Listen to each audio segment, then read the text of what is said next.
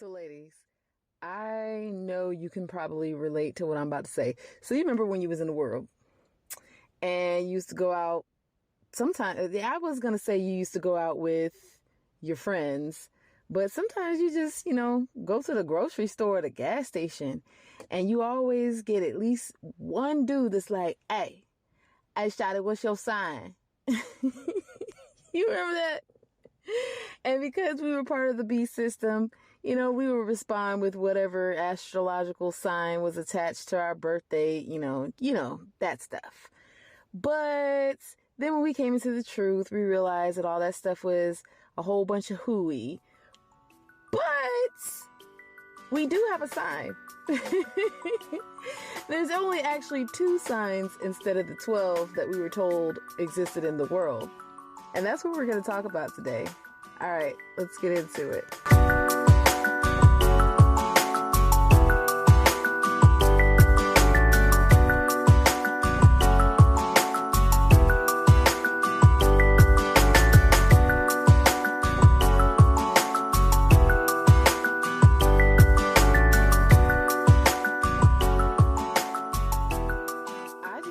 To introduce this concept to you. So consider this.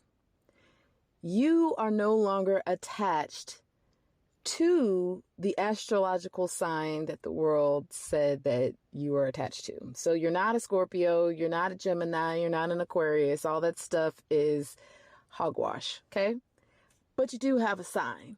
And I want to go ahead and produce it and present this to you. So the next time someone asks you, because they still ask me, trust me, the world is always going to ask you, hey, shawty, what's your sign?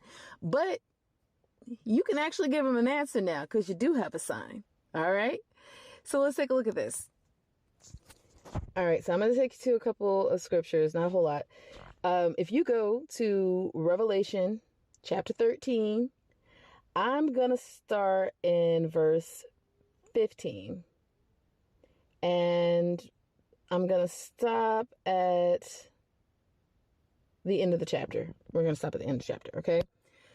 Pause this if you need to. Matter of fact, I would encourage you to pause this and get to that so you can read along with me, okay? Eric.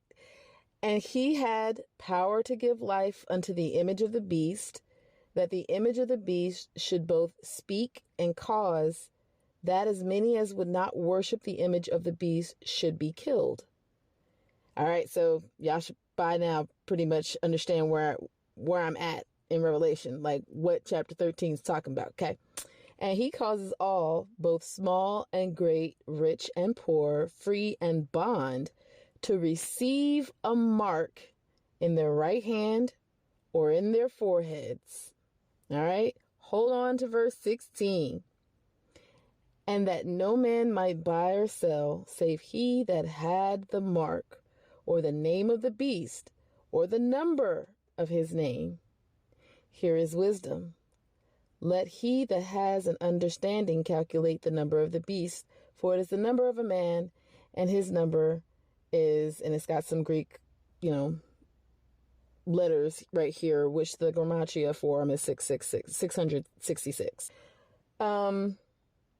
But none of that actually matters as of right now. Verse 18 is not the focal point. Everybody's always talking about, oh, yeah, well, let's calculate what 666 is. I'm not on that tip today. Right now, we're talking about what is your sign. So, actually, I want you to go back to verses 16 and 17. I didn't read that earlier, and I'm so happy that Ruach HaKodesh is like, yeah, both of them. So anyway...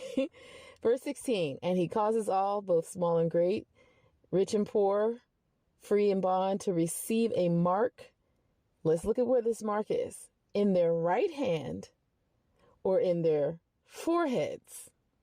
And then verse 17, and that no man might buy or sell, save he that had the mark or the name of the beast or the number of his name. All right. Before I get into this mark or sign element, I want to stop on in verse 17 where it says that you have to have the mark or the name of the beast. So in that verse, the Greek word for name is onoma, which basically means the same thing as the word Shem. It's your nature. It's the nature, character, authority, reputation. I mean, it does have a slightly different definition when you actually look up what the definition is. And you can go to blueletterbible.org to look these things up, or you can get the eSword. I prefer blueletterbible.org just because it's easier for me. eSword is kind of like, eh. And then when I go to eSword, some of the Strong's reference numbers aren't the same as on Blue Letter Bible. And I'm just like, okay. So I'm just more comfortable with blueletterbible.org. But back to what I was talking about. So the name is basically the nature, character, authority, reputation of that person. So it's saying that you have to have the mark or the nature, character, and authority of the beast or the number of his name. Okay. And if you go to Exodus 20:7, where it says that we shall not take the name of Yahuah our Eluah in vain. So we know Hebrew word is Shem or shame, depending on how you want to, or sham, depending on, where you are in your walk. But that word means nature, character, authority, reputation. In the Septuagint, the word for name in that verse is onoma, the same as in Revelation 13 and 17. So it's safe to say that what this is saying is when you have the name of the beast, you have the nature, character, and authority of the beast. All right? All right. So when you go to Devarim or Deuteronomy, chapter 6, starting in verse 4, I want you to just track with me real quick, okay? It reads as follows: Hear, O Yasharal, Yahuah, your Eluah, Yahuah is one. And you shall love Alaftah, Yahuah, your Eluah, with all your heart, and with all your soul, and with all your might. Now I'm going to stop right there. Didn't Yahushua say that in Matthew chapter 22? Somewhere between 34 and verse 40. I don't remember the exact verse, but yeah, like when the lawyer asked him, what's the greatest commandment of them all? Yeah, this is what Yahushua said to that lawyer. And as you can see, this is in the Torah. This is part of the law. All right. Just want to point that out real quick. Okay. Verse 6, and these words, which I command you this day, shall be in your heart. All right. So the heart is very important because the heart is where Yahuah plants his seed or his word, in your heart. All right. Then he says, and you shall teach them diligently unto your children, and shall talk of them when you sit in your house, and when you walk by the way, and when you lie down, and when you rise up. Verse 8, key verse. And you shall bind them for a sign upon your hand, and they shall be as frontlets between your eyes. I'm going to stop right there. I'm not going to go any further. Okay? So, okay. If you go to Matthew 23, Yahushua is basically like reprimanding the religious leaders. And he's talking about them broadening their phylacteries and just basically doing stuff to make them look righteous and holy and set apart and so on and so forth. And he's like, but that's not the point of none of this. So the reason why I'm bringing up the phylacteries is because a phylactery is a small leather box that has Hebraic lettering all around it. And on the inside, written on little scrolls, is the law. And they actually would strap this, and I think they still do, over in that place that they call Yasharal, but is not. They actually strap these to their foreheads, and then it has a leather strap, I guess you could say, that comes all the way down, and it wraps around their right hand, And then, it rests on their finger, if I'm not mistaken, but it wraps all the way down like their right hand. It might be their left hand. Not hand, arm. It wraps around their arm and goes all the way down to their hand. So the reason why they came up with this is because man, being man, took what Yahuah's word said in the physical and ran with it and made it a tradition of men. So the phylacteries were created based off of what we call the Shema, which is Devarim, Deuteronomy, chapter 6, starting at verse 4, going to verse 9, okay? But that wasn't what Yahuah was saying when he said they shall be as a sign upon your hand and as frontlets between your eyes, okay? So let's throw everything that we think we know about this away and let's consider this, okay? The first thing he says is that his word should be in our hearts, all right? Well, if you go to, what was the verse that I was in? Hold on. Verse 8, that's where I was. If you go to verse 8 and it says it should be as a sign upon your hand. All right.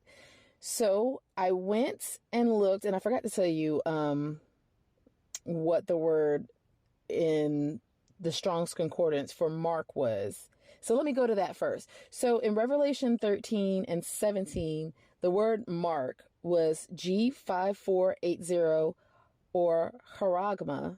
And I'm giving you all this information so you can go and you can research this out on your own. But that is a stamp, an imprinted mark of the mark stamped on the forehead or the right hand as the badge of the followers of the anti-Mashiach, the mark branded upon horses, thing, carved, sculpture, graven work of idolatrous images. That's the entire definition, okay?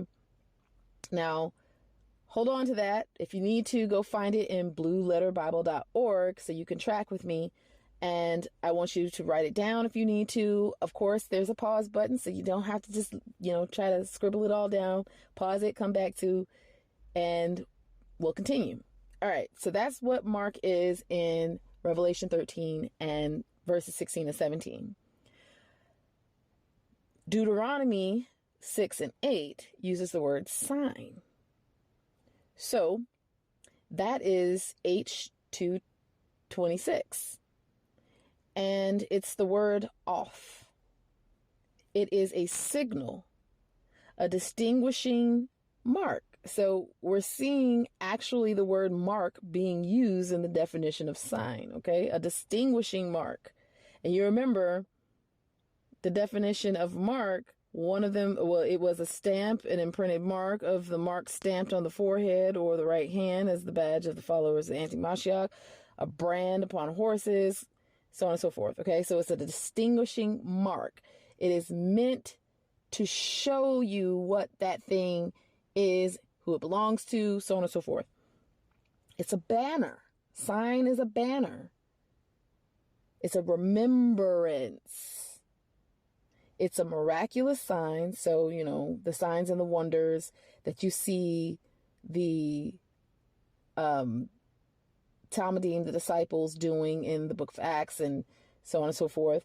That is the same word that's used. Well, it's actually the word in the Septuagint, which I forgot to look up what it was. I mean, I did look it up, but I didn't. Yeah, I did. Okay, I did look it up. So the word that's used in this particular, in Deuteronomy 6 and 8, in the Septuagint, it's the same word that's used in the Gospels, basically, the Besorah. So it's also an omen, a warning, a token, an ensign, a standard, miracle, proof, and it comes from the word uth, which is to consent and agree. So, like I mentioned before, so in the Septuagint, which the Septuagint is the Latin, I know people say it's the Greek, but it's really the Latin version of what we call the Old Testament. And it's the word Samion, G4592, which means a sign, a mark, a token, that by which a person or a thing is distinguished from others. So it's a distinguishing mark, a prodigy, a portent, a miracle. So it has a very similar definition as the Hebrew word off, okay? And again, the word Samion is the same word that's used in what we call the New Testament, in the Besorah, and in Maasim, the book of Acts, and so on and so forth. So we know that there is a connection to these two words. Why is any of this important? So if you go back to verse 8 in Deuteronomy chapter 6, and you shall bind them for a sign upon your hand. So you shall bind them as a signal, a distinguishing mark, a banner, a remembrance, a miraculous sign, an omen, a warning, a token, an ensign, a standard, proof upon your hand, and they shall be as frontlets between your eyes. So let's move out of the physical, out of the natural, into the spiritual, okay? Because we know that we know that Yahuah is Ruach, and those that worship him must worship him in Ruach and in truth. So now we have to remove the natural aspects of this. What is this really saying? Okay? So let's go to the frontlets between your eyes first. We already established that the word of Yahuah should be in your heart. We know that. Tattooed upon the tablets of our heart. Okay, it should be in our heart, because out of the abundance of the heart, the lips speak. Awesome. What's in between, like beyond the surface layer of your forehead? What is behind your forehead? Your brain, your mind. Okay? So Yahuah's word should be in your heart, and then it should be in your mind. Frontlets between your eyes. It should be in your mind. And then let's go back to, and you shall bind them for a sign upon your hand. Let he who has an ear hear what Ruach HaKodesh is saying. He's saying if your heart, because out of the abundance of the heart the lips speak, right? If your heart is filled with the word of Yahuah, and you are meditating on his word day and night like we're supposed to, then the things that you do, the works of your hands, the things that you do will reflect that. And that is the sign of the covenant that we have with Yahuah. His word is tattooed on our hearts. And so we meditate on his word day and night. And so our works reflect the covenant that we have with him. We do what he said. Now, on the flip side of that, okay, the mark of this beast, let's go back to Revelation 13, verses 16 and 17. And he shall cause all, both small and great, rich and poor, free and bond, to receive a mark in their right hand. So, he marking up the hands, and in their foreheads. The hand in the forehead, the sign of the covenant with Yahuah, is a mark, is a sign, upon our, is a sign upon our hand, and frontlet between our eyes, which we establish as forehead. So, this verse is actually saying that when you are part of the beast system, your mind will meditate on the things of the beast system, and it will be a mark upon your hand, which means you will do the things of the beast system because that's what you meditate on. And then verse 17, and that no man might buy or sell, save he that have the mark or the name of the beast. Name is nature and character. So you're acting like the ruler of the beast system, which we know Yehoshatan is the God or the Elohim of this world. Okay? Or the number of his name. Now here's the thing. Here's the bait and switch, okay? Go back to the Garden of Eden with Yahuah and the serpent.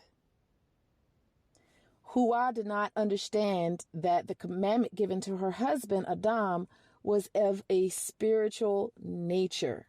Don't touch this tree. because if you do, if you eat of it, if you touch it, you're going to die. She didn't understand that it was a spiritual death that would take place, not a physical death. However, Hashatan, being that he came from where Yahuah is currently seated, he came from there. He would know that Yahuah was talking about something spiritual, not something physical. But what Hasatan does is he counts on on us having a carnal or a physical or a natural mind and not being spiritually minded. He counts on that. Why do you think it is that we are supposed to be spiritually minded? Because if we're not spiritually minded, we are going to fall into the trap of Hasatan, who plays on our physical eyes, who counts on us using our physical and carnal way of thinking. Said all that to say, and that no man might buy or sell save he that have the mark. The word used here is haragma, but that is not the word that's used in the Septuagint, which means that there is a whole different meaning behind this. Okay. There is going to be an actual physical mark, but Yahuah is saying that the actual mark of the beast, or the actual sign of the beast, because you remember this word that's actually used here, one of the definitions is the mark branded upon horses. So it's a branding. It's a branding, okay? And it makes me think of in the world where people are always like, I'm building my brand. Not yours, but a brand. It's a branding. So there will be a physical mark, but that's not the true mark. The true mark is the fact that you're meditating on the things of the world and the works of your hands are reflecting that. So there's two signs. There's a sign of the covenant with Yahuah, and there's a sign of the covenant with Hashatan, or the beast. So, what's your sign? And the next time someone asks you what your sign is, you got one or two answers. And I'm praying that the first answer is the answer that you give them. What's your sign? Alapta. Alapta. That is who Yahusha is. The first and the last, the beginning and the end. Alapta. The Hebrew letters that are at the beginning and the end of the Hebrew alphabet, or alphabet. It is the first letter and the last letter. So I'm going to take you to that scripture. Actually, hold on one second. So Revelation chapter 22, I'm going to start in verse 12. And just listen, okay? And behold, I come quickly, and my reward is with me, to give every man according to his work shall be. I am the Alap and the Tha, or, some people Alap and the Tav. Either way is correct. The beginning and the end, the first and the last. Blessed are they that do his commandments, that they may have right to the tree of life and may enter in through the gates into the city. All right. I'm going to keep going. For without our dogs and sorcerers and whoremongers and murderers and idolaters and whosoever loves and makes a lie, which are liars, I, Yahusha, I had to keep going so you can understand who was speaking, have sent my angel to testify unto you these things in the called out assemblies. I am the root and the offspring of David, and the bright star rising in the morning. All right. And the Ruach and the bride say, come. And let him that hears say, come. And let him that is athirst come. And whosoever will, let him take the water of life freely. For I testify unto every man that hears the words of the prophecy of this Sefer. If any man shall add unto these things, Elohim or Yahuah shall add unto him the plagues that are written in this sefer. And if any man shall take away from the words of the sefer of this prophecy, Yahuah shall take away his part out of the sefer of life. That is the book of life. And out of the set apart city, and from which is the renewed Jerusalem, and from the things which are written in the sefer. He which testifies these things says, surely I come quickly, Amen. Even so come, Adonai Yahusha. The grace of our Adonai Yahushua HaMashiach be with you all. Amen. Ruach HaKodesh just told me to read all of that. I'm not really sure why. Prayerfully, he'll reveal that to you. But yeah, so the sign, your sign, if you are a part of Yahuwah's kingdom, is Alaftav. Alaftav. However you want to say it, that is your sign. But if you're of the beast system, your sign is 666. I'm just saying. So, anywho, if you'd like to get in contact with me, wow, speak much. If you'd like to get in contact with me, I had to enunciate so you could understand what I was saying. You can reach me at replenishme@gmail.com. Much shalom and ahava. Let he who has an ear hear what Ruach HaKodesh is saying to the called out assemblies. And until next time, shalom aleichem.